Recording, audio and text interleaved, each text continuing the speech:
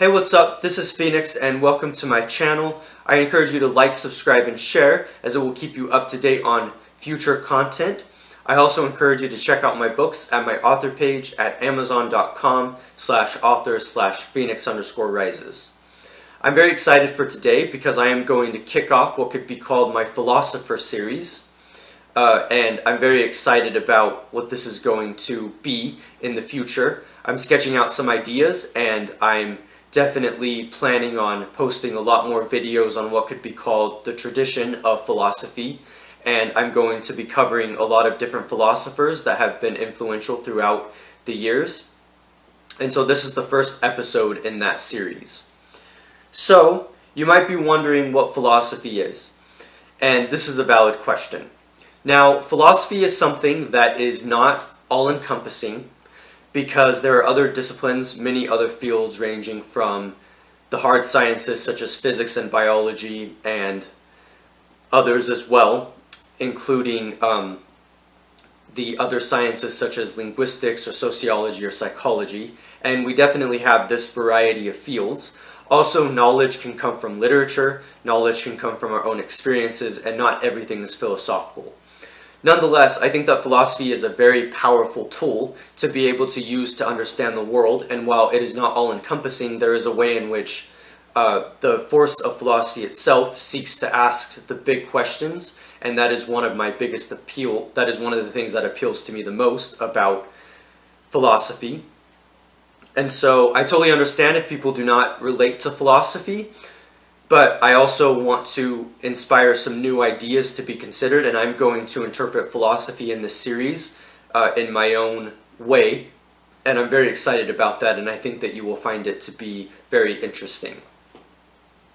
Now, what is philosophy? Well, I have been studying philosophy for a long time, and one of the ways in which I have heard it described is that it is basically open-ended inquiry. And by open-ended, you mean asking any question. So basically, you could take any topic and ask questions about that. That is one way of describing it. You could take any theme, you could take any idea, and you just keep asking questions. Now, you don't ask questions necessarily ad nauseum or ad infinitum, because that wouldn't necessarily be helpful. But you can take a Socratic approach, and you can approach philosophy from the perspective of asking questions and trying to get to the bottom of the way that things are. So by open-ended inquiry, I see this as a very good thing because it literally allows people to ask questions about anything, any given topic, and to try to explore it on their own. And this is definitely one of the things that has appealed to me the most about philosophy throughout the years. In my opinion, and as you will see in my own philosophy, philosophy is about the possibilities. So there are so many things that exist in this world and in this universe, perhaps even we exist in multiverses. I mean, it's crazy to think about all of the possibilities. And there are many concerns in philosophy that are very human, but they also go into very abstract concerns as well to try to understand the world. And so when I think about philosophy, I think about it being about possibilities. I think about it being about what is possible, obviously, but also what could happen, what we could imagine, what we could conceive, what we could perceive, what we could see as existing. This is all in the domain of philosophy. And I think that that is one of the most important things. I also think that philosophy is about curiosity. And again, it's about asking questions. And by this curiosity, I mean seeing what's out there, daring to take a risk, daring to think in a new way. And while traditional philosophy might sometimes become too much of a tradition and not allow us to expand as much as we would like, this is what I worry about the way that it might be taught in academic departments of philosophy in school. Nonetheless, I see philosophy writ large as being about big questions, as being about satiating that curiosity that you have, that hunger to know about the world and to see what's happening in the world and to see what ideas you can have. And speaking of ideas, I acknowledge philosophy as being about new ideas as well, new ideas that are posited, new ideas that are possible, and I think it is an amazing way of going about the world. Now, you may have heard the term philosophia, which means the love of wisdom, and philosophy is the love of wisdom, and philosophy is something that exists to gain wisdom. And I think there is a lot of wisdom in traditional philosophy, and I think this is important to keep in mind. That philosophy goes into a lot of different things, and that philosophy has a lot of wisdom for us to partake of.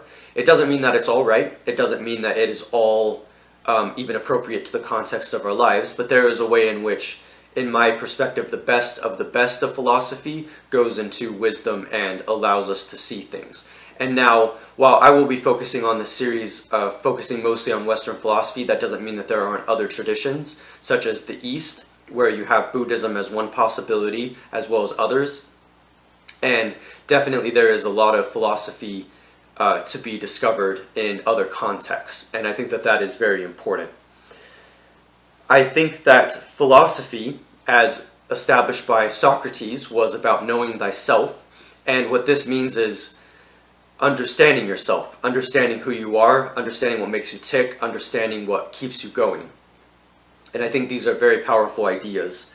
To know thyself means to know yourself, obviously, but it also means to know yourself deeply, and to think about your thought process, to think about the way that you interpret the world, to think about the things that you know and that you want to know. Know thyself came from Plato and Socrates, as well as the phrase, the unexamined life is not worth living. And I think this is a very important idea as well, in terms of thinking about how if you don't examine your life, if you don't think about your life, then what are you doing, so to speak. And I always saw that as a kind of interesting flourish to think about, an interesting rhetorical flourish, so to speak. And I think that there are a lot of good ideas in that. Now, there are a lot of aspects of philosophy, as you will see in my series, and we will cover as many as we can. But I would say that one of the most important aspects of philosophy, which you definitely get in Stoicism as an example, is learning how to live. There are many ways that you can live. There are many ways that you can live your life and many ideas that you can adopt, but one of the best aspects of philosophy is that it focuses on showing us how to live. So we talk about virtue, as you get with Aristotle. We talk about certain practices of discipline and dedication, which you find in Stoicism, as well as many other things. Often I would describe philosophy, specifically moral philosophy, obviously, as being about morality. And so this is one of the deepest questions, is how do we want to live our lives? What is virtue? What is morality? What is important to our existence? And what are we willing to accomplish in our lives? And I think this is a very valid question.